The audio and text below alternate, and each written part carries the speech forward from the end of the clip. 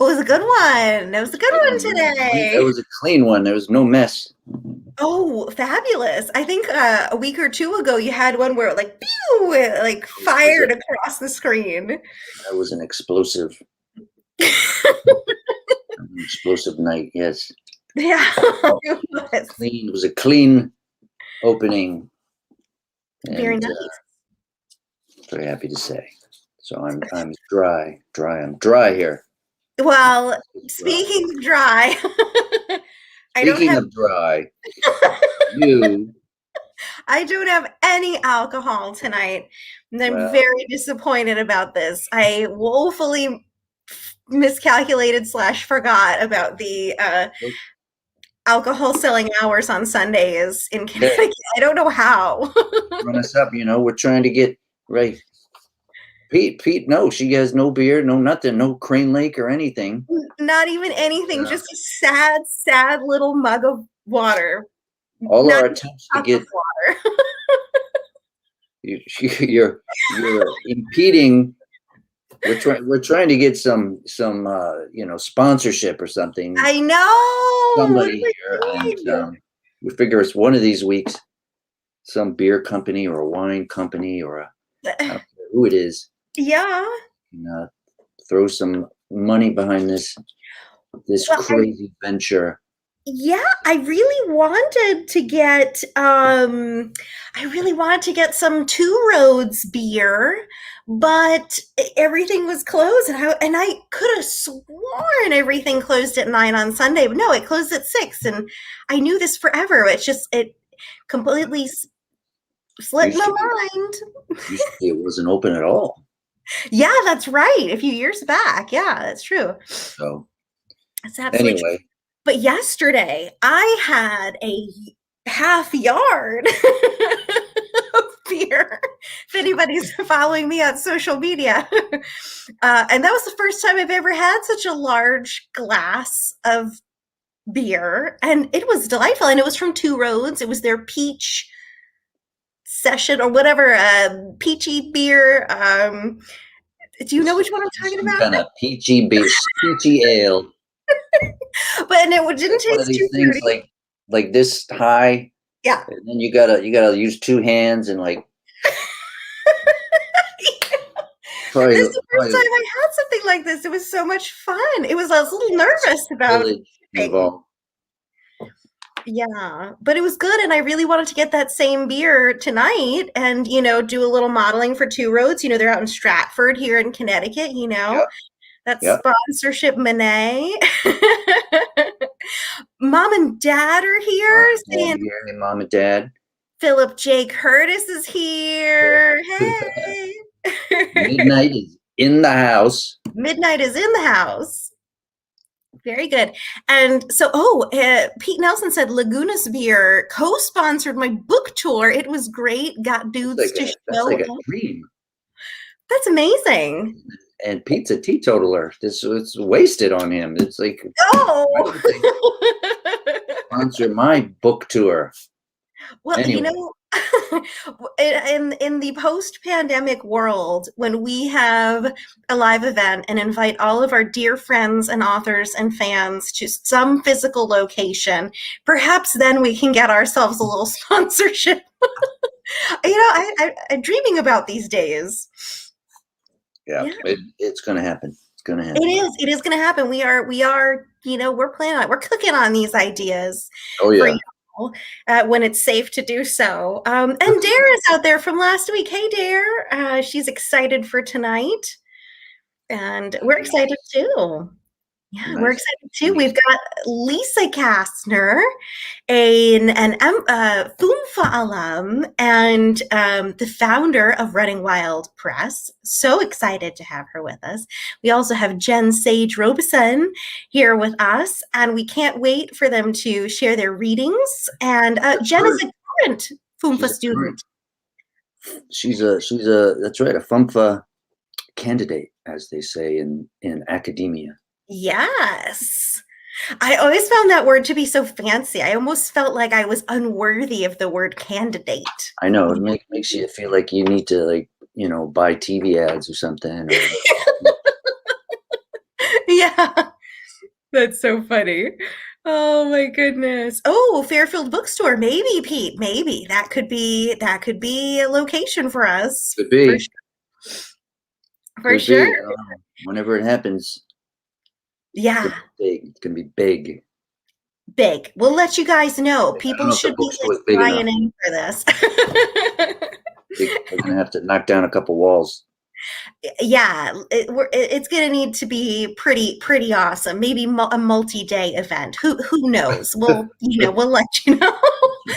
But anyways, welcome, official welcome to FUMFA 51. We are so excited to have Lisa Kastner with us tonight and Jen Sage-Robison, and we'll be hearing from them in just a few minutes. They'll be sharing their readings with us, and of course, don't forget to stick around at the end for the Q&A and to send in questions as you think of them. We will grab them and put them up later to our authors, and it's always so great. The more you interact and the more you ask questions, we just are able to share so much, and it's so much fun.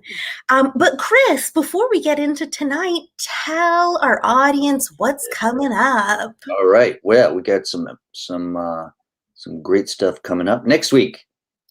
We have Kate Gray, a fabulous writer from the West Coast as well, and Nice. from the Westport Writers Workshop, even though she lives way out there, and MFA faculty member Sharbari Ahmed.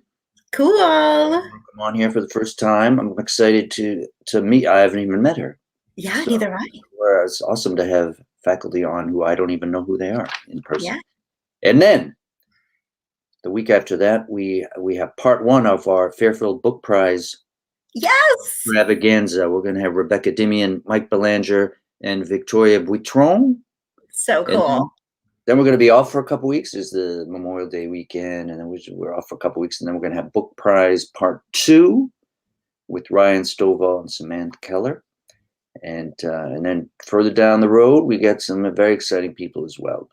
But that's we're getting ahead of ourselves. We'll let you know. We'll let you know when the time comes. We're cooking up some fun group readings and open mics for the summertime. So if you are, getting excited, thinking about sharing your work on here and about, a little tiny 5-minute reading or sharing something new, please get in touch with us and let us know.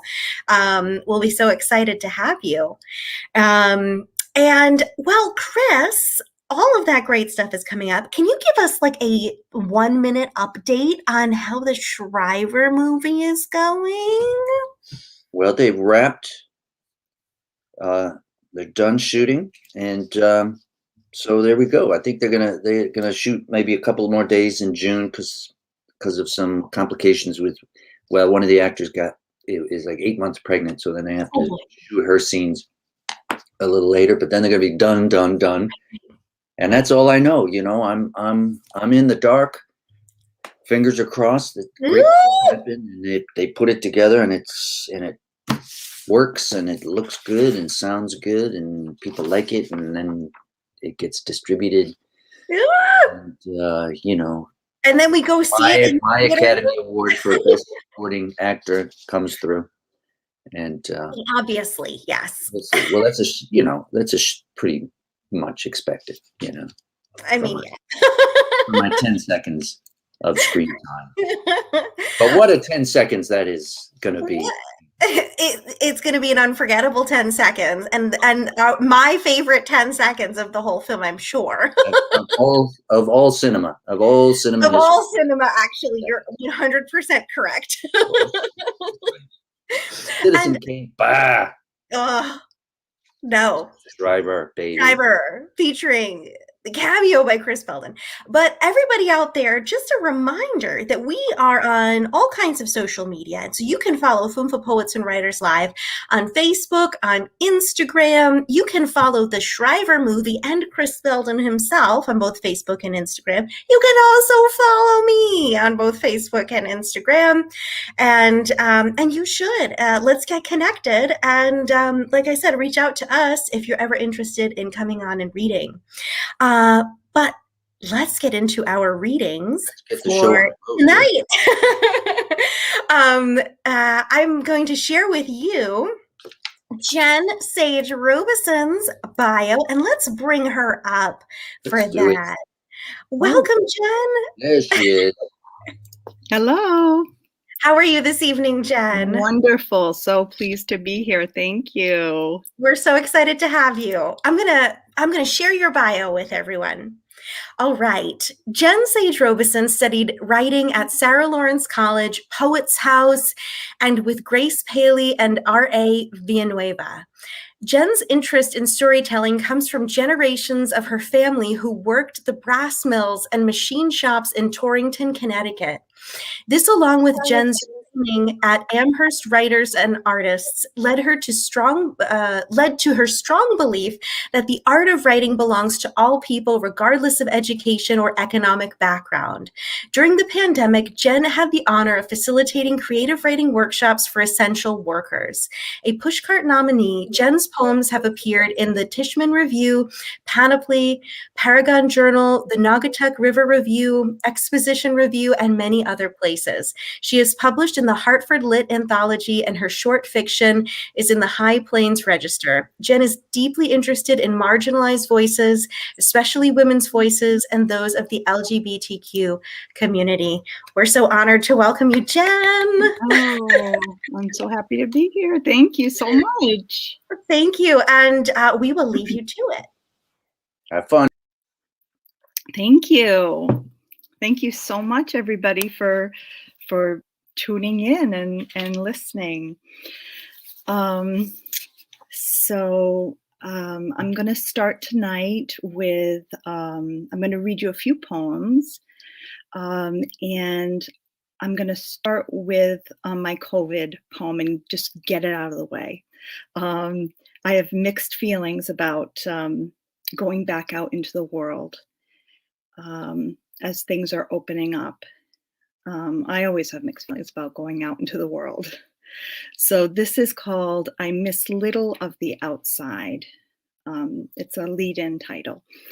I miss little of the outside. Like generations of my people, I believe folks are better off mostly at home. Apartments, houses, sheds feel like thicker skins, we should say, inside. The governor announces another lockdown, and I am pleased. My family must stay where I can keep eyes on them. No more traipsing beyond the boundaries of our limited plot. Sometimes, though, the dog makes for the woods, returning half an hour later, grinning, smelling of deer shit, rotting logs, chewed up baby bunnies. Not me. Weeks can go by. The mailbox begins to feel too far, with its apple tree and lichened post in the earth. Why travel when worlds nest inside our one place? And such trouble was taken making it.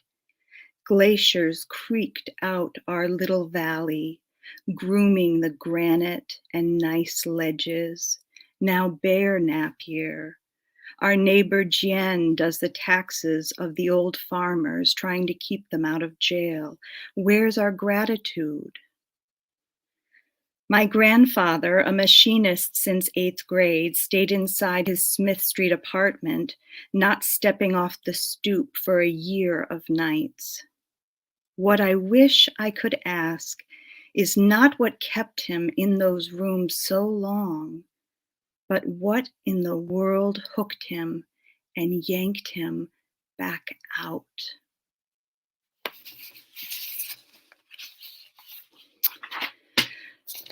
So that's my COVID poem. About a year and a half ago, I moved to a little village in northwestern Connecticut that has about 1,000 people living here. So here's some advice for you if you move to a village of about 1,000 people. When you move to a village of 1,014 people, be ready for the man in the frozen food aisle with a beard that meets his stomach, who navigates the linoleum tile with a stick he brought down from the mountain. Be ready for him to avoid your eye like he would that of any predator. Be ready for the deer leg your dog will carry down the wooded hill and release only when your child barks, "Leave it," not 2, but 3 times. Be ready for the woman who will knock on your front door the day after you move in. Be ready for your 200-year-old doorknob to stick and for her to come around back with a red bird in her hand and for her to coo, "Hello."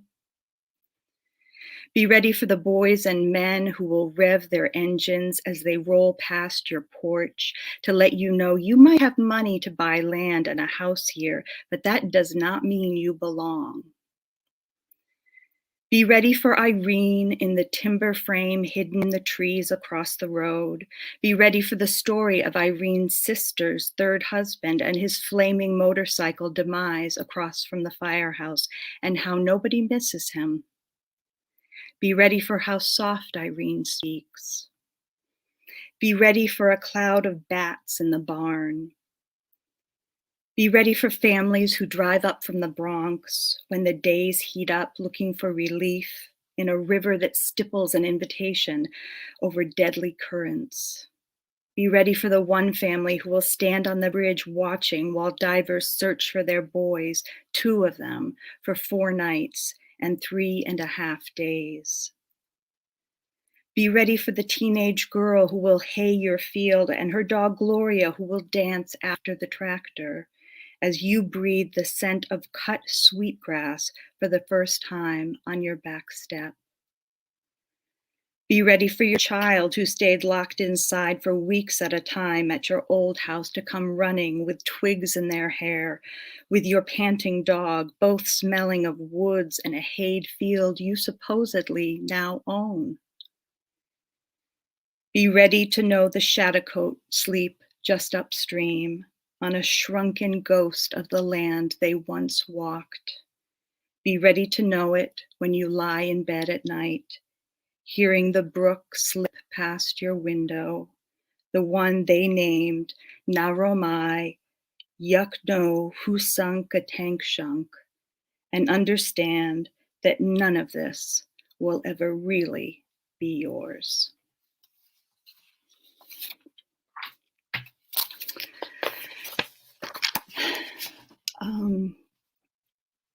So at the beginning of the pandemic, my friend Robert died.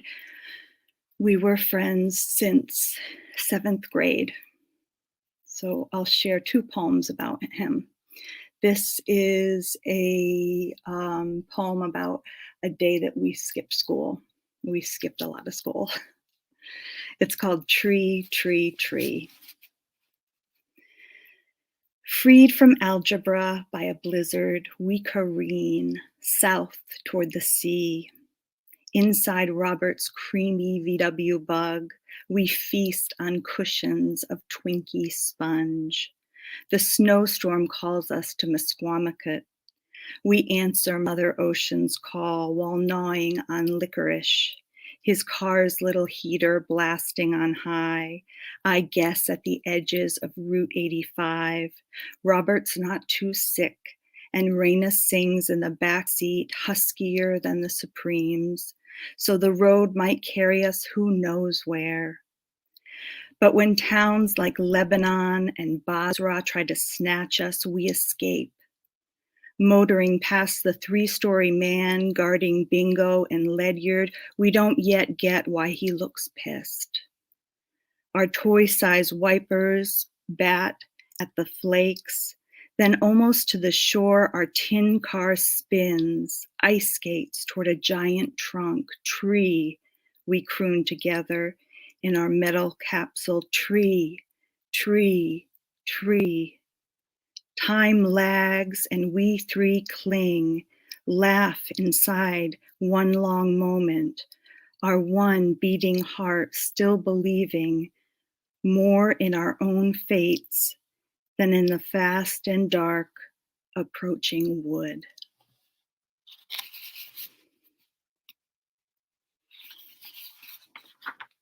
That was a great day.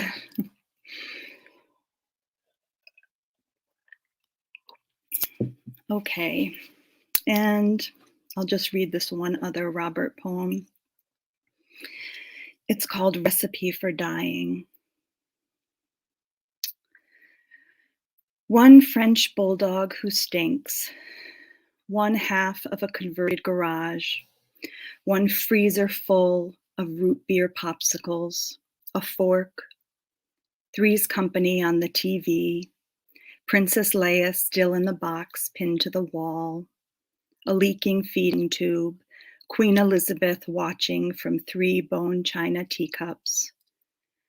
Spring finally coming into leaf, your gold-leafed son nailed to the wall, a brother and sister who never come, 38 years of journals and composition books in a crate overhead, your gray hoodie, socks over your swollen feet, teeth that have turned, your one eye that started to look at something farther away, your one eye that started to look at something farther away, the left one, your rusty voice, the cellophane from your pack of Marlboros. Let Ryan wash you one more time. Let him dress you in clean clothes. Let Mike go to Highland Park Market for paper towels. Let Jen not be able to do anything. Let them order you a hospital bed. Let them refuse to deliver it inside. Let them deliver it in boxes. Give John boxes to open. Give him tools to hold in his hands. Give him metal pieces to attach to each other with screws and bolts and nuts to tighten. Give Chris a doctor's appointment.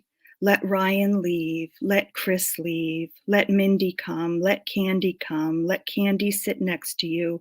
Let you feel warmth beside you. Let Mindy talk about ducks being eaten by foxes by the pond on Fern Street. Let you not hear. Don't get in the hospital bed one more time. Don't get in. Let John leave to find batteries. Let go. Let you see Homestead Street in the woods, yourself young, plump, and round-cheeked again, running, your mother young, laughing, see Swatch watches flying up and down your arm, hospital smells, doctors, oxy, melt away, see the tiny motorcycle you rode across the lawn, the first boy you kissed, your VW bug buzzing down Route 44, see your gardens, the nasturtiums, poppies, sunflowers, morning glories, see the bulging tomatoes. There's Wesley in the summer you were 17, the drawing class with Justin. Here's Jean in the Emporium and Mystic. Graham, Marge, no, not Graham. It's New York, Amsterdam, London, your favorite. Raina's back. Here's Black Cat Seth, all the Coke you want in green glass bottles. Star Wars sheets everywhere, unlimited credit, piles of Shady Glen fries. You eat everything. Nothing gives you stomach aches, no holes in your throat, no broken back. Here come the muscled men, the queens to lift you high, high, no higher, higher, higher up now, up, up all the way.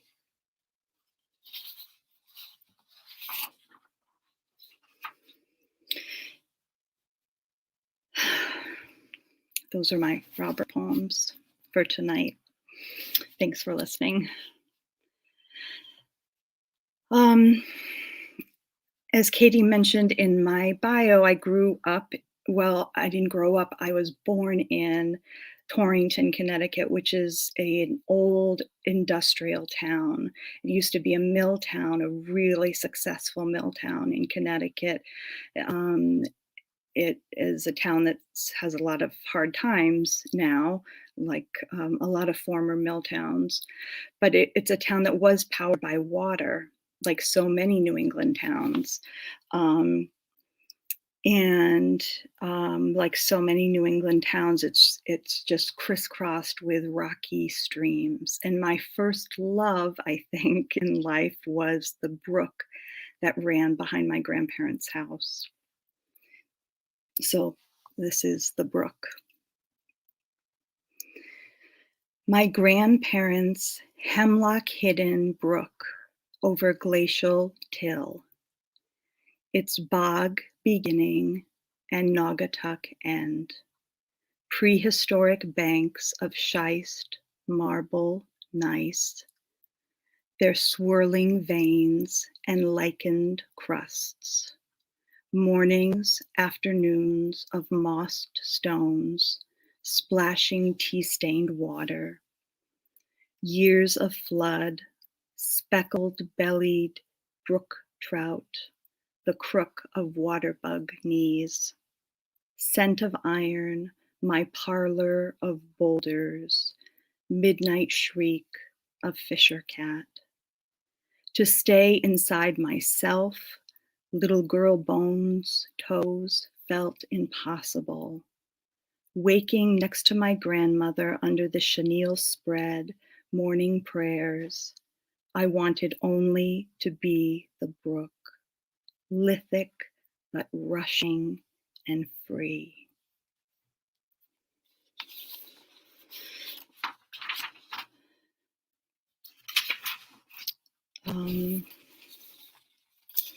Okay, I have a few more.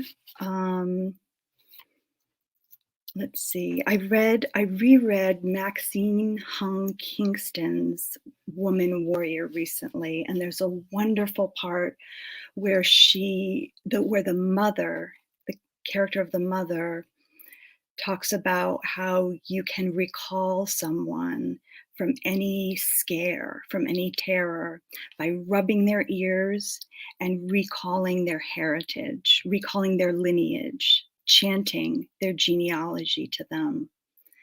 I just think that's such a wonderful idea. So this is a version of my maternal line from Torrington. Torrington, my maternal line. If Nanny and Boompa didn't put a crib in a corner of the Smith Street apartment for me and Dickie to share during Vietnam, if Peaches didn't chase Billy's motorbike over the hummocky backyard barking where the rhubarb grew, if Aunt Jessie didn't hold back the Naugatuck all night, her bony back against her front door during the flood of '55, if Marion didn't keep her lips zipped when her boss at Hoffman's was married, but having his fun with Babe behind the cans of creamed corn, if Auntie May didn't start saving her pennies in a bowling bag under her bed, if Great-Grandma Jessie's thighs didn't hold when Papa tried to shove her off the ridge the cold afternoon she insisted, yes, the baby really was his.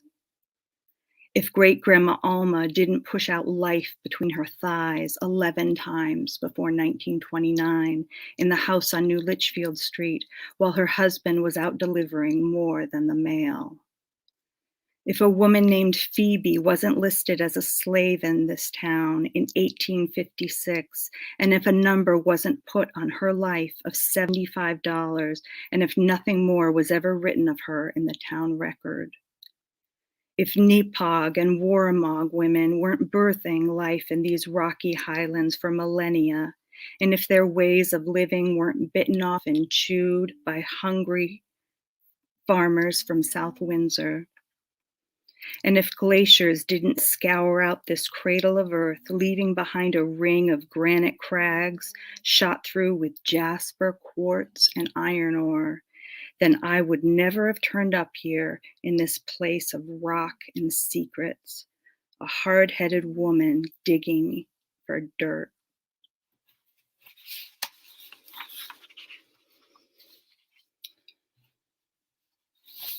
Okay, I have two more I'll read. This poem I try to always read whenever I get a chance because I never know who will need to hear it. It's called You Thought We'd Never Tell. The title's another lead-in title. You thought we'd never tell. You thought we forgot, didn't you? You thought we never whispered to each other in the girls' room over cracked sinks that smelled like urine, the bowels of learning, decades of little girls snatched in stairwells where grit from the playground hid. You thought we never put our heads together out of our strawberry shortcake sleeping bags in Sharon's rec room after the Doritos got devoured and Rick Springfield stopped singing Jesse's Girl, I wanna be Jesse's girl, and the cul-de-sac got quiet, except for somebody's brothers getting high under the power lines. You thought we were dumb little things, didn't you? You thought we were walking holes on legs who'd never tell each other what you did. Well, we're telling now. We are a chorus of your felonies, and aren't you scared? Aren't you weak-chinned, crying for your mommy now? It doesn't matter how many benches you fill, desks you occupy, we are the ones coming for you now. We are the crimes you claim not to remember, grown into women who don't forget.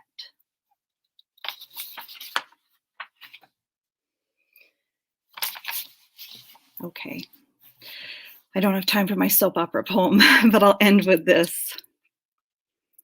I'll end with a little advice. It's called Shut Up and Listen. Carry a few bucks in your pocket in case you need to find your way home. Don't let the red and black wires touch. There will be sparks. Keep a can of Comet under the sink, napkin on your lap, go with the smallest fork first. Shears are always nice at a window, but only on the ground floor. A cake is done in the oven as soon as you can smell its scent. Splay your keys through your fingers when walking down any unlit street. Be nicest to the secretaries, the drivers, the cleaners. Never send food back to the kitchen unless you like spit in it. Try to die at home. Put a rubber sheet on the bed. Stand up straight. Good posture takes off 20 pounds. Be kind to yourself or nobody else will. Keep a book with you all the time. You never know when you'll be stuck in line. Talk to people, especially at the grocery store and the DMV. People have such stories. Everything has a soul. Mice, cats, your rotten grandfather, the trees in the yard, that teacher who screwed over your kid, other drivers in other cars. Never forget it and live your life like you believe it. Pie for breakfast never killed anybody. On the other hand, try to eat some fruit and vegetables every day. Write letters, send cards. It's a wonderful thing to open words in a box by the side of the road. Stand with the lonely, the forgotten. Give aid to the afraid. Shut up and listen when it's your turn to listen. Not enough people know how to do that. Put your arms around the fragile and love, baby. Just love. Thank you for listening. I think my time's up. Oh my God. Chris, can we give her the biggest round of applause? No. I'm laughing from that last poem. I'm still like wiping my tears away from all of the others. My heart is full and just overwhelmed. Oh. Such gorgeous, gorgeous and powerful poems, Jen. Thank you so much. Oh, thank you for letting me read them. Beautiful. And there is so much love going on in the comments section. You're going to have to go check it out afterwards. You must, on YouTube and on Facebook. You gotta check it out. We've got a big crowd, lots and lots of love, and I think everyone is just as moved as we are. Jen, I can't wait to read and hear more of your work and get to talk to you later in the Q&A. So everyone, yeah. That's right. So if you have questions before you forget them, not that you would, but you can write them down right now in the comments section and we'll get to them. Yes. Thank you so much once again, Jen Sage-Robison. Just gorgeous, powerful, moving poems. And I can't wait to hear Lisa. Yes. So we're going to bring Lisa Kastner up, our next reader. Thank you, Jen. And welcome to Lisa. Hey, everyone. Hey, Lisa. How are you guys? It's so great to see you, Lisa. Our friend, you were there during our years of the Fairfield University MFA. We had that lobster together on the island, the Crane Lake. Exactly. And now you are the founder of Running Wild Press and have published some of our other colleagues and friends' books, and it's just so cool, to see all that you've done. But let me leave it to Chris to read your bio. Indeed. All right. Lisa Kastner is the founder and executive editor of Running Wild Press, which has received multiple starred reviews, 2 Best of 2019s and 2 Best of 2020s. Focused on stories that don't fit neatly in a box, Running Wild recently launched Rise, that's R-I-Z-E, which publishes genre stories written by people of color.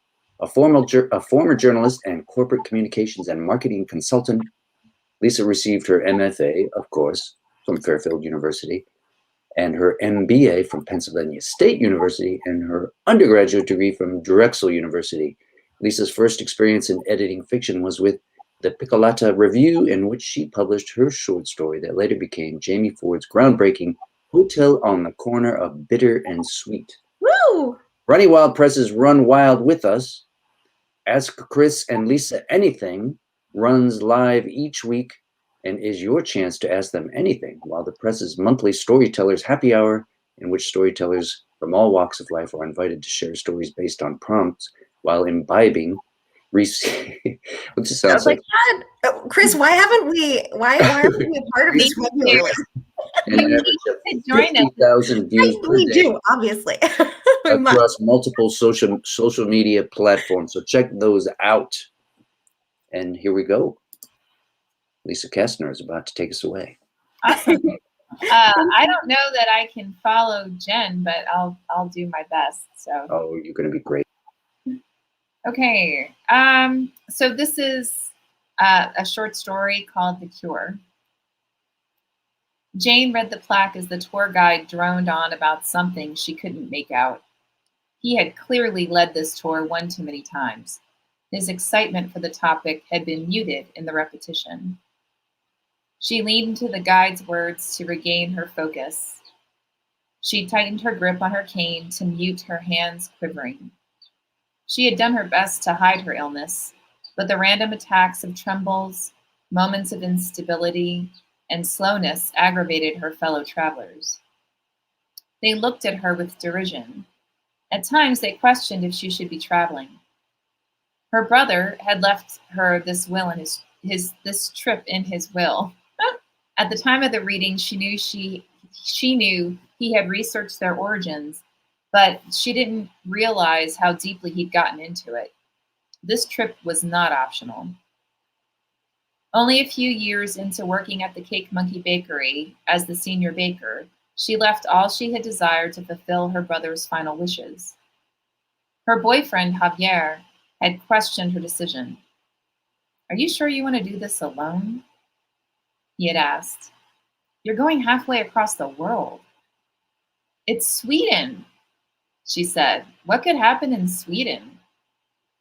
Her brother had insisted on this specific tour, which centered on a small village that contained the Birka Viking warrior gravesite, the grave of the most powerful and ancient Nordic warrior. "This holds the key," he had noted in his will, "the key to all that you need, all that we are." If it was so important, then why'd he leave? She thought. She teared up, still in mourning for the one person she'd known her whole life, the one person who truly understood her. Not that Javier didn't, but they had only been together since high school, their bond still growing. After her brother's diagnosis of Huntington's disease, he'd become more agitated, babbling about their heritage and the importance of what they left behind.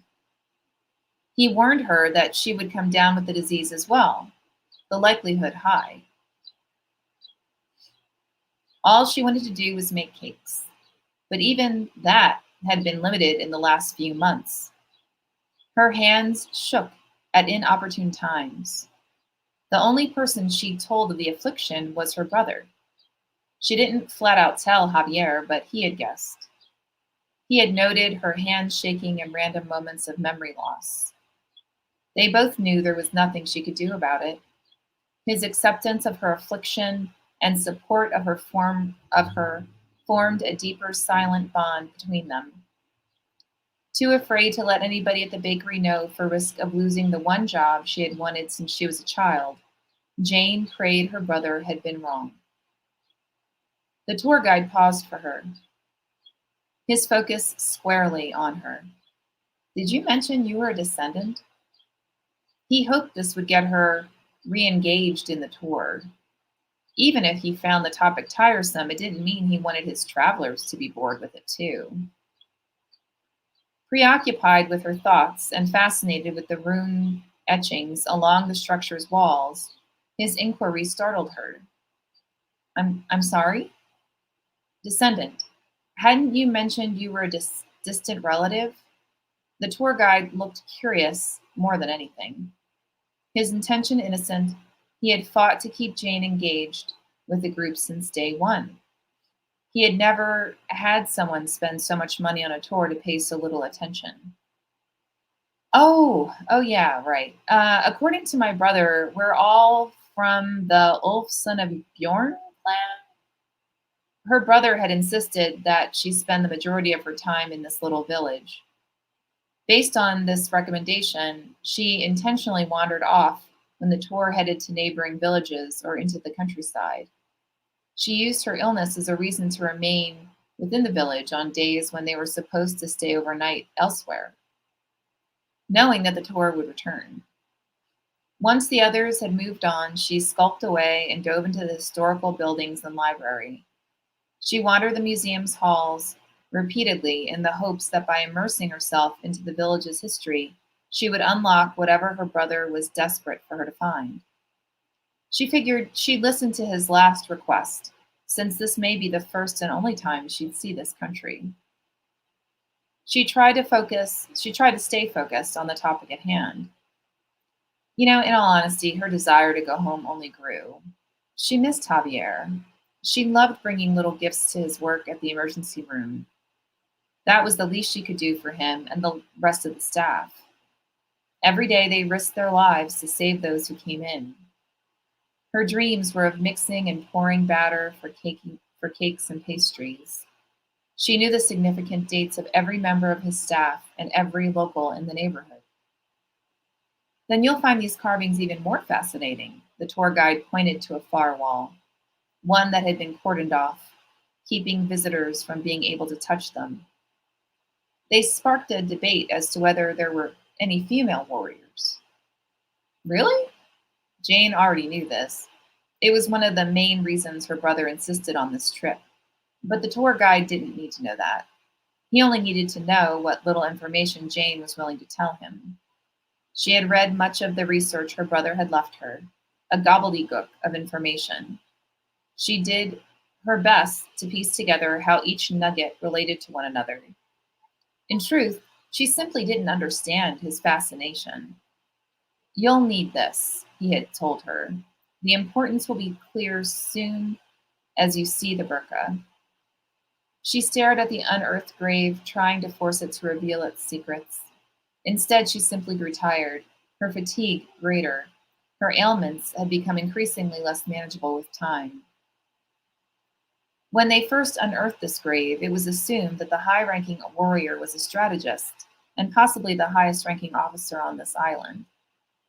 Jane neared the etchings. What changed? The tour guide laughed. They performed tests and discovered that the body is one of a female. Since the Nordics were a paternal society, that meant the original assumptions were improbable. Jane smirked. I wouldn't say impossible. Her brother had been fascinated by the burqa warrior and had insisted she know all that he knew about it, or so she thought. Well, that's for much smarter people than me to debate. Jane reached out to touch the runes. The foreign words and symbols called to her. She could hear them in her mind. If you'd like, we can talk to the local historian. I'm sure he'd love to meet a descendant. The guide corralled Jane onward, a few steps behind the rest of the group, her cane in hand, her stability questionable. I'd like that. Among her brother's papers, she had his correspondence between the historian named Berger and himself. Berger had referenced that there were much richer texts that her brother could review if he'd only visit the intimate island. Something in her brother's research drove him to this specific location. His intrigue had begun when he found paperwork which referenced their birth parents. He socked away their names and began his journey to uncover who their parents were and why they would have left them behind. Unlike her brother, Jane preferred to stay in the present and focus on her immediate friends and family. After he had taken an Ancestry.com DNA test, his interest went into overdrive. He spent every waking moment finding whatever he could about their heritage. She thought his face would be glued to the computer screen with the letters Ancestry.com echoed on his forehead. Jane, on the other hand, chose not to dwell on who their parents were or why they abandoned them. Instead, she focused on making people happy. She had apprenticed for her dream job at the Cake Monkey while in high school. Making cakes and pastries was her idea of heaven. In his will, her brother had insisted on this exact place. Not a neighboring village, not a nearby town, not the countryside, but this exact location. Something made him believe that the key to their diagnosis and eventual cure of Huntington's disease remained with these ancient texts. She only wished he would have been more patient and waited for their chance to come here, even if it was only to make his wishes come true. He had been so confident that a cure laid among the runes and within the historian's pages of texts, yet his depression became too much. His suicide infuriated her. They had been through so much together, they could have battled this together as well. Instead, he had abandoned her. Knowing his girlfriend's pain and worried about her traveling alone, Javier had said, "I'll come with you." She loved his sentiment, but knew that there was something in her brother's request that was purely for her. In the moment, she wished she had taken Javier's offer. She could really use his company. If she had ever doubted her brother's foretelling of Huntington's, then within the first week of the tour, when her minor shaking elevated to clear signs of the disease, his prophecy had been confirmed. This was a death wish she wouldn't put on anyone. She was horrified at the promise of memory loss and the inability to control her body. With the knowledge of what's coming, she understood why her brother took his own life. The historian's library building was straight out of The Hobbit. Jane wondered if Bilbo Baggins would greet them. The guide opened the circular door and led her inside. The entry opened to a vast area with rows and rows of books in various stages of tatters. She had been here in her wanderings, but somehow, seeing it through the tour guide's eyes made a difference. Previously, the worn books had seemed like entering the secondhand store of unloved and unwanted knowledge, but with additional inferences, she saw potential. From the back came a man surprisingly tall. His stature brought him to nearly touch the ceiling. "Good to see you, Bo," the man said to the tour guide. Embarrassed, Jane realized she never bothered to ask the tour guide's name. Even with a name tag, she hadn't retained it. Truth was that she couldn't remember his name, a side effect of her disease and a reality she only now acknowledged. She blushed. "Good to see you too, Berger." The men shook hands. "I've brought a special guest. She came here all the way from America." Jane offered her hand. "Jane Auber, nice to meet you." His hand enveloped hers. She had never thought of herself as little. "Ah, let me guess. You're a descendant." He nodded at her cane. "Oh, excuse me. Yeah. Well, based on your tremor, a direct descendant. My sympathy." He had been the first on this tour to recognize the signs. "How did you..." Legend has it your ancestors left the village in pursuit of a permanent cure. Based on your current state, looks like they never found one. My brother thought it may be here. She referenced the aisle of books. And he is, Berger continued on his, Berger continued. He didn't make it. Her voice choked. This had been the first time she'd acknowledged his passing to a stranger. She found the nearest chair and rested. She'd been on her feet longer than she had intended. Wait, was your brother Dan? Dan Auber? Jane nodded. She hadn't noticed that she never mentioned her brother by name. When Berger said it, though, she realized she had difficulty remembering it as well. This caused her mourning to deepen for herself and for her brother. I'm so sorry, Berger said. We never met in person, but he seemed like a good soul. I'll leave you to it, Bo nodded to Jane. Berger's an old friend. He'll take you back to the inn. Good to see you, sir. Bo smiled at Berger and then headed out the main entry. We grew up together, Berger said. We used to play among these stacks. He motioned to the library. My father had been the historian and librarian, just as his before him. So this comes naturally, Jane said. The historian bit? Yeah. I'm the first in 4 generations who stood taller than 167 centimeters or 5 foot 5 inches for your American speak. Scrunching down to get around is not so natural. He paused and considered her. Based on your comments, you're looking for a cure. Well, I wasn't at first, but why was she sharing so much with this man? Something about him put her at ease. The insanity of the situation didn't seem so crazy when she talked to him. Or at least a hint. Something. 5th? You're the 5th one from your line who's been here in 30 years? 5th? I thought we were the only ones. No, they came from other lands. Your family scattered hundreds of years ago. Berger pulled out a thick volume, leather-bound with gold etching, its pages fragile. Here, he put the book before her. About 200 years ago, the first historian took the legends to the page. Jane hesitated to touch the book, afraid she would cause it damage. Don't worry. I've been digitizing them for the last few years. No need for the stories to disappear with a well-worn paper. He reached under the desk and pulled out a laptop. Here, use this. He shared the tale as she surfaced the pages. Your earliest recorded ancestor, Ulf, son of Bjorn, had come to this village over 1,000 years ago. Originally a member of the King's Guard, he had been in search of a new land, a place to begin a new life away from the wars raged by royalty. A gentle soul, Ulf staked out a small farm. At times, he could be found wandering the road, unsure of where he was or where he had been heading. His gentleness, his kindness, touched a young maiden named Freya.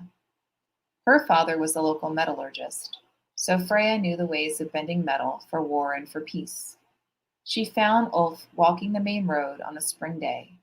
The clouds had come closer with threats of rain, so she took him in. Under protection of a Sage-Robison, a summer dairy shelter, Freya asked Ulf a multitude of questions in the hopes that he could tell her where he came from, including the simplest of all questions, what was his name? By the end of the storm, the fog that had invaded his mind and caused him to wander without knowledge of who or where he was had lifted. To thank her, Ulf brought Freya and her family cheeses and dairy. Thus began their courtship. Her father and mother, wary of Ulf due to his flights of forgetfulness and for fear of the near stranger's past, objected to this courtship. Freya, smitten, promised her parents that she'd be careful and stated that she truly believed Ulf had a good soul. It was his soul and good nature she wanted to marry. Reluctantly, they agreed to the nuptials.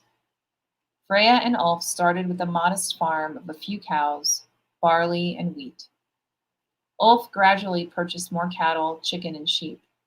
Freya bought her parents brought her parents spoils from the farm, and they in turn gave the couple ironworks to help them in their pursuits. The loving couple enjoyed the romantic nights together, reveling in the newly wedded bliss. Freya noted that sometimes her husband's forgetfulness was accompanied with a physical shaking, a mild tremor that seemed to pass without note. He had Huntington's?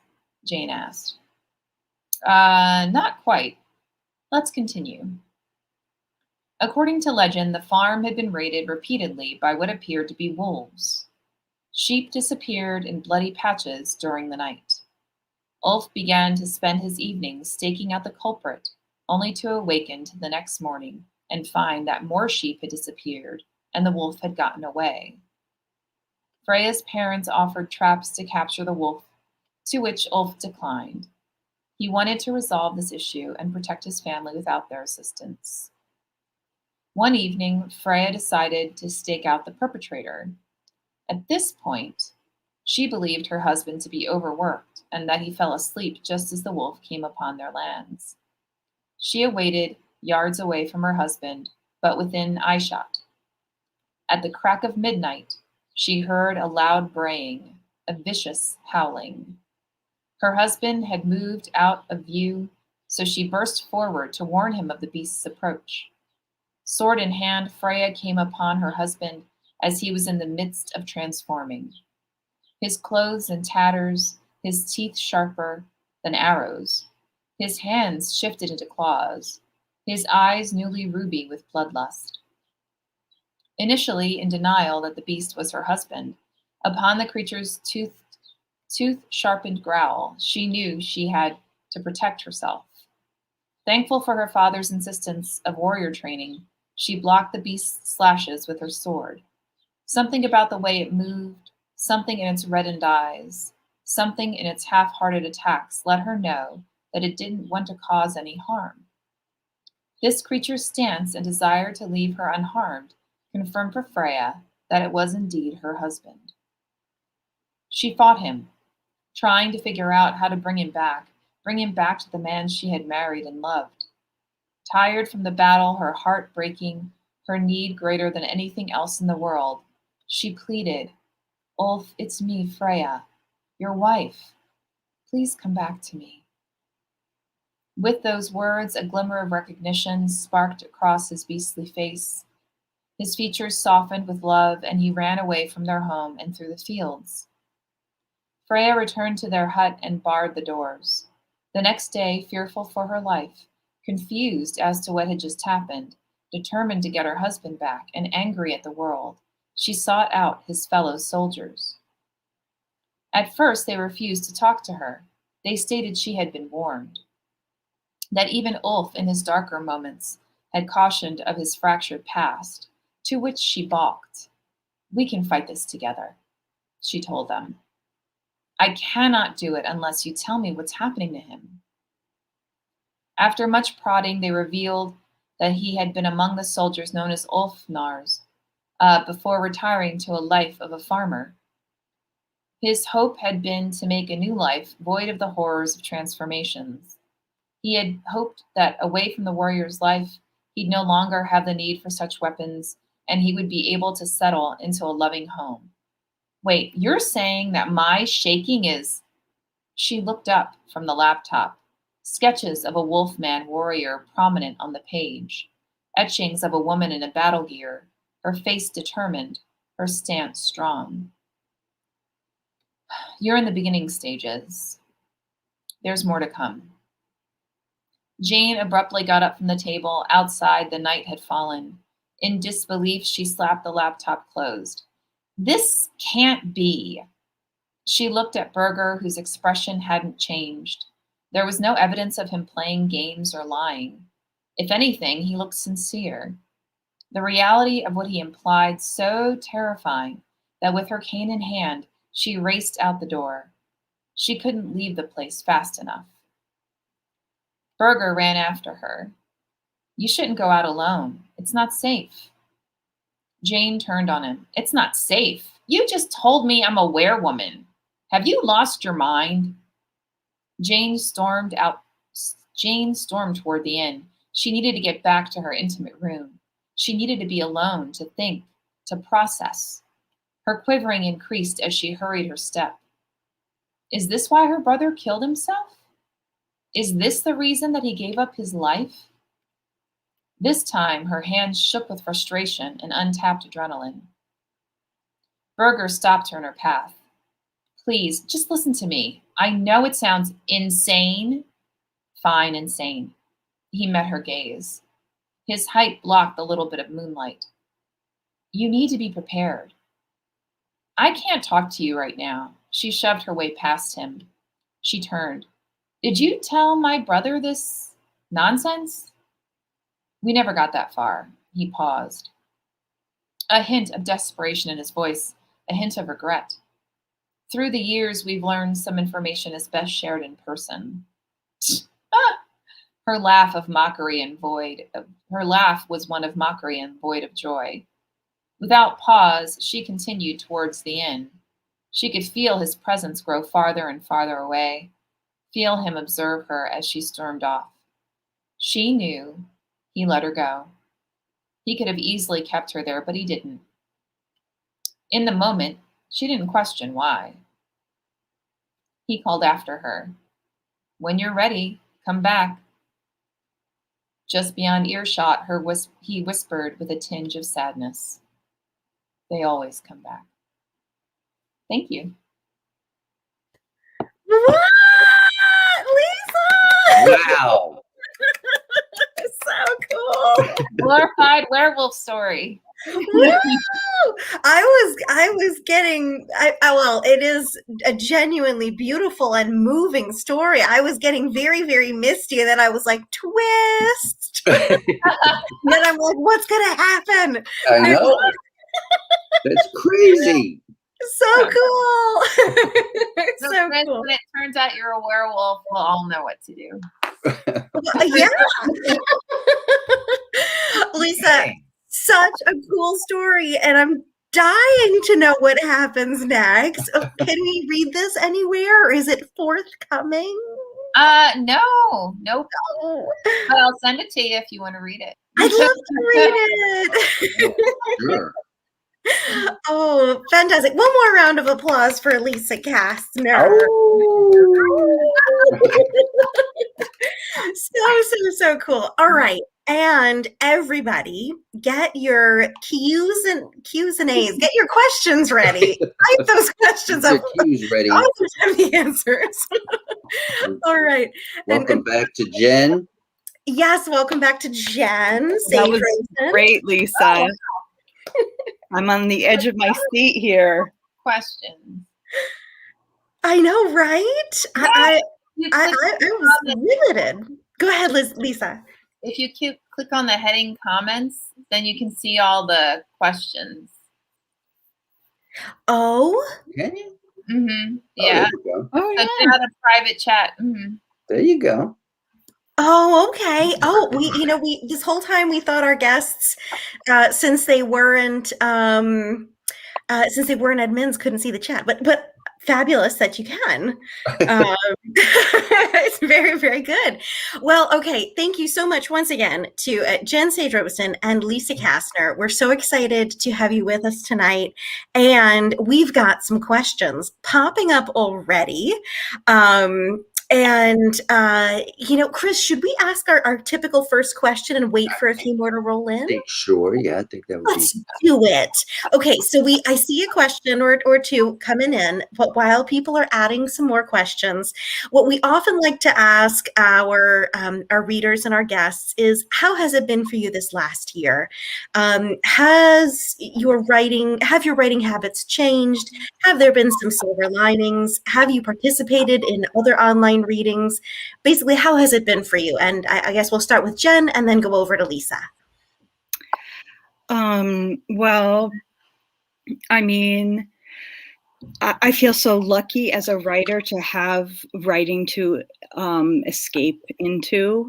I feel like I have this whole other world that I get to travel into. So I feel lucky that way. I feel like I have a double life.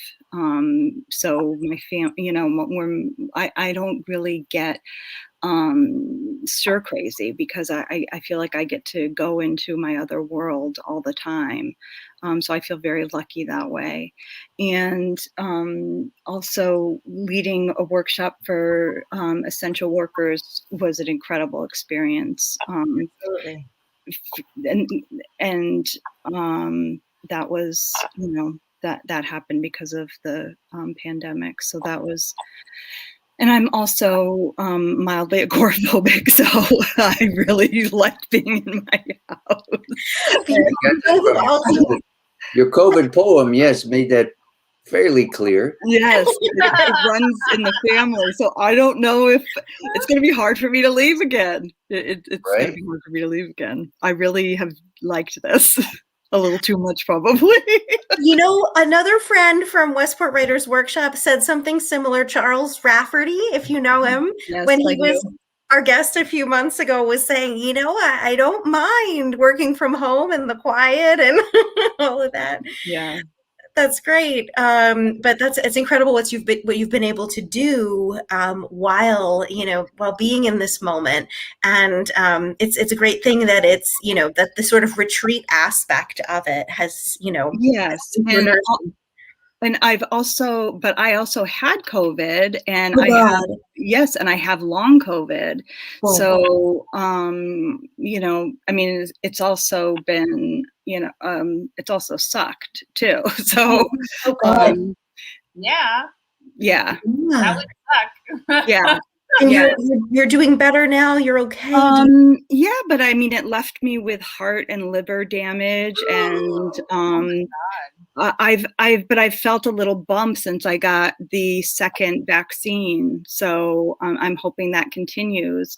Yeah, I've heard that happens. Yep. For some people anyway. And I hope Yes, it doesn't always hold.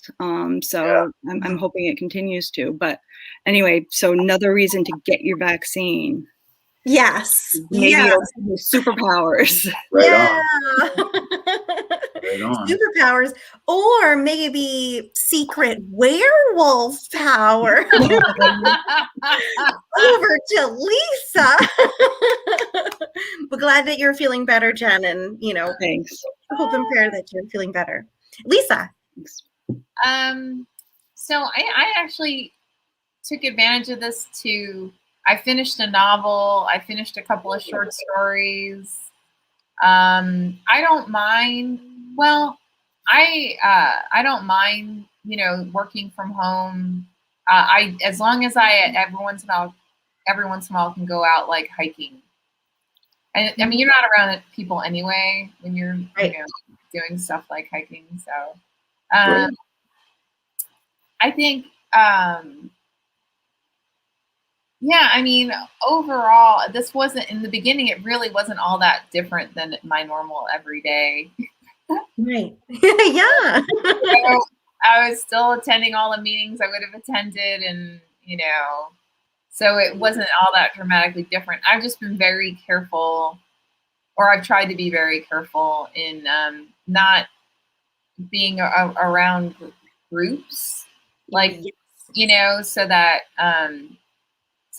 to lessen the likelihood that I would get COVID. And God bless you, Jen. I'm just thankful you're okay. Well, you're conceptually speaking whole. Yeah. Well, but yeah, no, I mean, it's been good. I've made good productive, and I also was paranoid because I was like, oh my God, you mean we're probably going to have to be home for a 6 months to a year or longer? There's no way am I going to be allowed to eat whatever I want.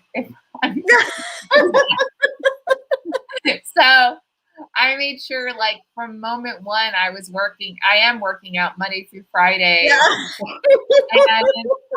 and I'm very careful about what I eat. Not all the time, but much of the time. So, yeah. COVID-15. Boy, am I jealous about people who are getting their grub on, but that's fine. Yes. No, I hear you, Lisa. I get it. That's something we've all had to be careful about. But it sounds like you've been disciplined from the beginning. Yeah. That's so good. Not you. I really just want to Jen. Not me either. give me a pizza and a big bottle of like red wine, and then I wish I had that tonight. Oh my God. I didn't make it to the liquor store. Anyway. All right, we have some questions up here. Thank you so much for sharing about that experience, ladies. We have a question up here for Jen. Maybe we can put that one up first, and then we have a couple of questions for Lisa after that. All right. Question to Jen. Yes. What do you consider your worst enemy, in scare quotes, when writing? Oh, Mariano Zaro is a wonderful poet in California. Fabulous. Thank you for that question, Mariano. My worst enemy when I'm writing is guilt. As a woman writer, taking time for myself to write, I'm still an emerging writer as a 50-year-old woman, and there's a reason. I raised 3 kids first, and I'm in my first semester of an MFA program. Like, I'm finally doing what I want at 50 years old, and that has a lot to do with just I put other things first and put other people first, and I mean, those were my choices, but in some ways not, and so it's still not that my family's not supportive, but I still do. That's my worst enemy, letting the house go to crap, and just all those other things, like not worrying about it and just writing. That's still my worst enemy when it comes to writing. And I talk to a lot of women writers, especially of my generation, but in general, who feel that way. So it's like, that the angel in the house is real. Yeah, I mean, but Jen, you would never know it to say that you are an emerging poet. You knocked me out with your poems. Absolutely incredible. And you've been teaching. You've had some publications, but I get what you mean. There's always this guilt, this stress that you can't be taking time for yourself, and that's just crazy. And thank God that you have and have brought these beautiful poems into the world, and we can't wait to hear more. Thank you. But women still make up a very small percentage of who's published, and I mean, especially women of color. But it's it's like we got to put all the other crap aside and write, and also, and I see that in my workshops so often, women just do not have confidence in themselves. They don't send stuff out to be published or to be considered, and whereas men, oh my God, and I work with, they just, sorry, Chris. Get out of here, Chris. They have so much confidence in stuff that it's like, really? And women write amazing things, and they have no confidence in it. If women had a fraction of the confidence that the men do. So, well, I've had that experience. I totally hear you. I totally hear you, Jen, and I get what that means. I look around sometimes. I'll be like, wow, these people are so full of confidence and so brave. And I've written a million things that I'm just sort of like, oh, should I? Yes, you should. And we know somebody else, Chris. We know somebody. Yes, we do. Right? Yes, we do. Thank you. Okay. Well, let's pose this question, because this is a question, of course. It's a great question. It's a great question. For any writer. What is your worst enemy, Lisa Kastner? Oh, wow. I would say it's self-doubt. So it totally aligns to what everything Jen's saying. You know, it's I think what most writers need to understand is every editor is also a writer. Like, let's first get that out. and you know, and although not every writer is an editor, but you know, at the end of the day, it's a business. Unless you're going to like some small publication that's, you know, more regional, Right. or whatever the case may be, right? It's a business, and so they're looking for something very, very, very specific. And unless you are writing within that, right, within that lane, then they're probably not going to pick it up, or they may not even read it. Right. And the reason I say that it's more around like self-confidence is because that doesn't mean that my work is crap if they don't pick it up. It doesn't mean your work is crap if they don't pick it up. It just means that it's not something they're interested in publishing at this juncture, right? And that's a hard thing to remember, especially if you're churning out stories, right? And, you know, all your friends in their workshop love it, you know, and your cousin loves it, and your, you know, nephew loves it. And then you send it out into the world, and they're like, you know, you get a rejection within an hour. It's like, oh, no. Right? Yeah. So yeah, it's that. It's, you know, just not allowing myself to. Right. Well, you need the confidence. I mean, there are so many publications out there, but yes, you know, you have to find them, and you have to be able to be rejected, you know, however many dozens of times, maybe, because chances are there's that one editor who is looking for that thing, but where are they? You know, you just got to keep going. That's where the self-confidence comes in. Say, you know what? Absolutely. I just got rejected. I'm sending that sucker right back out to however many more people. Exactly. And you'll get rejected another 500 times. Unless no, I'm just kidding. But then I feel like it's just a matter. I often feel like it's just a matter of time. If you got a great piece and you believe in it, it's just a matter of time before that's meeting the right people who want to publish it. Mm-hmm. So yes, absolutely. I hear you, Lisa. We have a whole bunch of questions here, Chris. What should we go for? I don't even know. It's just like I'm overwhelmed. Well, okay, Lisa. Well, this is like, did you set out to write a story about lycanthropy? Is that how you say it? It's lycanthropy. Werewolfism, or did that supernatural element come in later after you started the story? I think this is really interesting because, of course, we were all completely like, "What?" And then, did you like, you know, from page one say, "Okay, this is where I'm going with this"? So yes, but I wanted to have an interesting, more of a historic twist to it. Nice. So I did research on what diseases cause like a physical shaking. And that's how I found what I found, Huntington's. And then it was like, well, I'd like them to be a warrior too. So what's a famous warrior?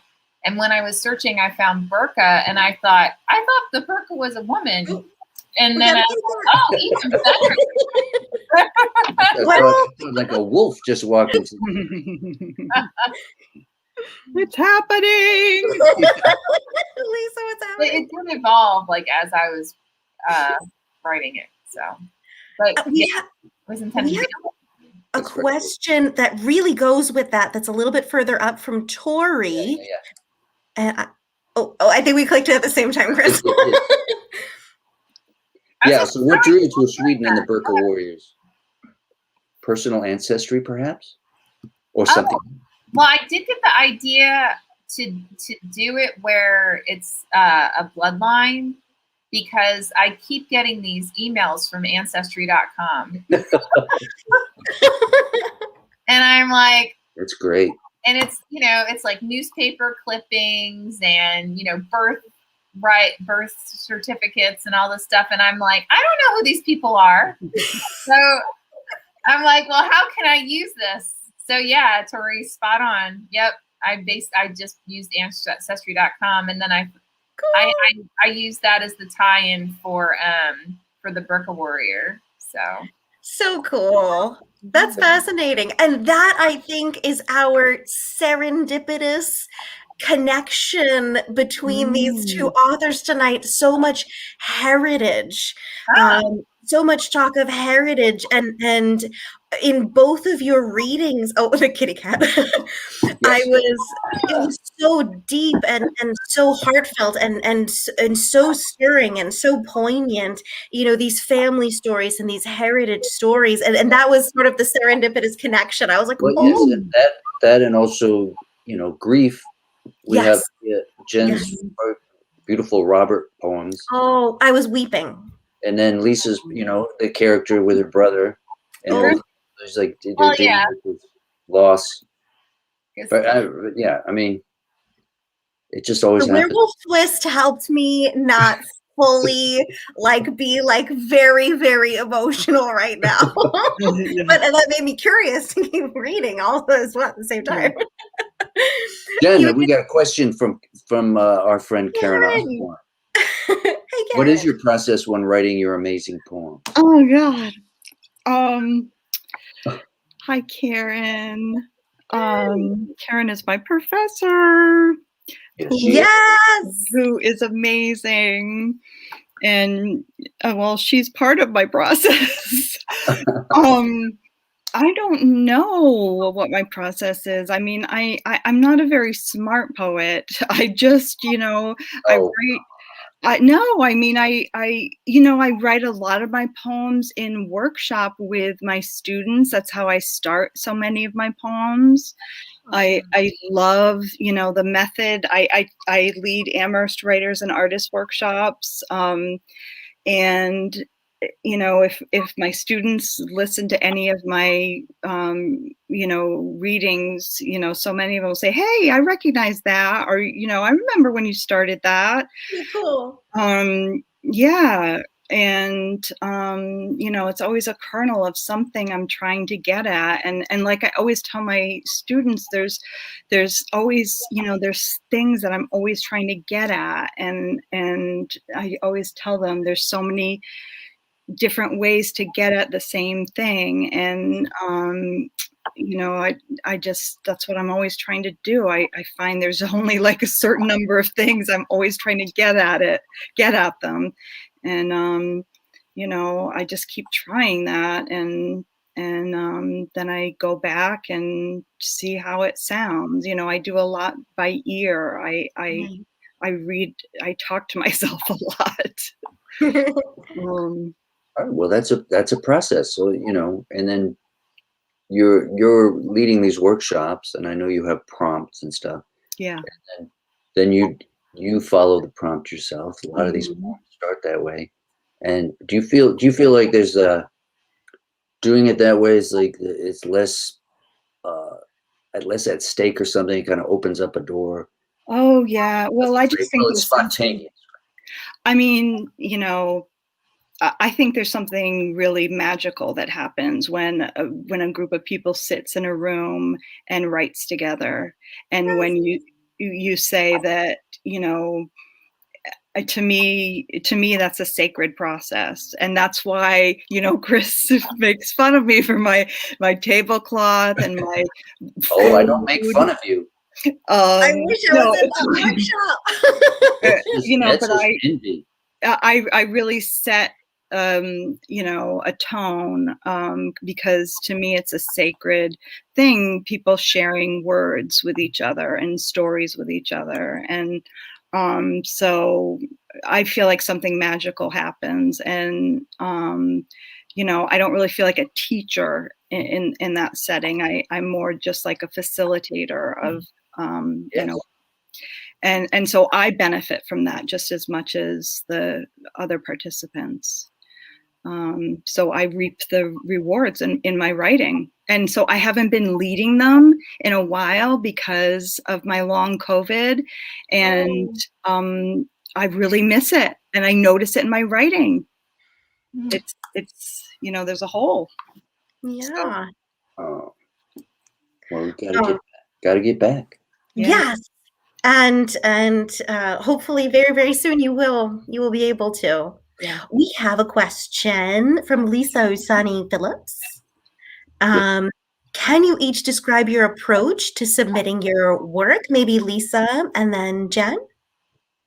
It depends. So sometimes what I do is I'm targeting specific publications, and I have like mentees, and like I teach them to do the same thing, because then that way you have a higher likelihood of it getting accepted. Yeah. If it doesn't get accepted, then I just, I find someplace else that may want something similar, and I, repackage it so that to go there. So pretty basic. Pretty basic. Yeah, that sounds right. I have a few poems that have been, are really around to a few different places before they found their homes, and you just gotta not get tired of that process. Just keep sending them back out, and it's gonna happen. It's gonna happen. What about you, Jen? My poems have been hiding in my house with me for the past year. So yeah, I don't have a process, Lisa, for approach right now, because I'm not sending anything out. But I'll get on that. I'll get on that and get back to you. The poems are agoraphobic. You gotta get them out. Yes, we're all hanging out here. Oh, it feels like we're all sort of like waking up a little bit this spring, like with the vaccine and things getting a little bit better. And, even though we've all done all of this stuff before, it still weirdly feels new. And it's like, well, how did I do these things before? And it's a very strange moment we're living in. Yeah. I hear you. There is. I think it's time for our famous last double question. That's right. You guys ready? It's a double. It's a double. It's a boom, boom. Yes. Uh-oh. So, part 1. Pearls of wisdom. Uh-oh. Right? No. Don't. Uh-oh. You have facilitated many workshops. You have distributed and dispensed pearls of wisdom for a long time. Okay. So, but like, what's the pearl of wisdom that today pops into your head to give to these youngsters, these emerging, as you say, you say you're emerging. You've fully emerged, basically. You're out. That's what I'd say. The emerging writers, and then part 2, which is much easier, just a book recommendation. So first pearl of wisdom, then a book recommendation. Jen, take it away. Okay, a pearl of wisdom for writers. Yes. If you write, this is my number one always. If you write, you're a writer. It doesn't matter if you're published, if you have a book, if you write, you're a writer, and you own it. Right. Yeah. I'm a writer. Right. Somebody meets you at a party back when. What do you do? I'm a writer. We used to have parties. That's what do you right. do? I'm a writer. And what's number 2? Book recommendation. Oh yeah. A book. Oh well. Right there. There we go. Nice. Oh wait, who's the author? We can't see. Hold it. Oh, there we go. Okay. This has been recommended a few times. This is amazing. I gotta get this book. I'm reading it very slowly. I'm on a committee with in the MFA program at Fairfield, Nice. Inclusion Committee. And we're doing it chapter by chapter. Nice. Oh, that's great. Yes. And even if your writing workshop is entirely white and you don't know what to do about that yet, read it. It's so good. Yes. I need to get on that. I've been wanting to read this. This is kind of a similar thing. Craft in the real world. kind of a similar theme. Oh yeah. Wait, can you It's- hold that it's up a- again, Chris? Yeah, sure. You could take a picture. I got Liz Matthews. Oh, wait, hold on. Here we go. There you go. Thank you. And it's a similar thing. It's the guy. He's a Korean American, and he talks about, you know, the difference between, well, you know, the original Iowa Writers Workshop and everything, which of course was all like, you know, white men, and now we're in a different kind of a world, and the workshops are kind of the same as they were back then. Yes. So how do we change that? Yes, that's what this is. Exactly. This is like very practical, step by step, what to do. Nice. Great. Oh, cool. So All right. cool. Lisa, Pearl of wisdom. Just write. If you don't write, then you don't do anything. So Just yeah, yes, a Nike thing. Just do it. just do it. just do it. Even if you're like, I only have 5 minutes. It's 5 more minutes you gave to it than you did before you said, I only have 5 more minutes. Yeah. So, That's right. That's right. And you get the ball rolling. Things keep moving. You keep that going each day, even if it's not something you would ever develop, but you're keeping it moving. Right, exactly. I was saying the similar thing yesterday to people in my workshop, my Westport Writers Workshop, people who were, you know, talking about writer's block. It's not writer's block. It's not getting your butt in the chair block. Yeah. If you get your butt in the chair for five, I said 5 minutes, 10 minutes, half an hour, whatever you got, Yep. something's going to come out. It may be crap. It may be good, maybe amazingly good, but just do it. Yes. Exactly. So book recommendation. Book recommendation. Well, I'm currently reading The Biggest Bluff by Maria Konnikova, which is her experience about going a professional poker player. Whoa. Which, sure, why not? Ooh. Cool. I liked White Fragility, which I realized, I guess I'm not supposed to say that, but I did, actually. I thought she gave some valuable insights. Although now I want to read, Jen, what you have, because White Fragility wasn't necessarily practical.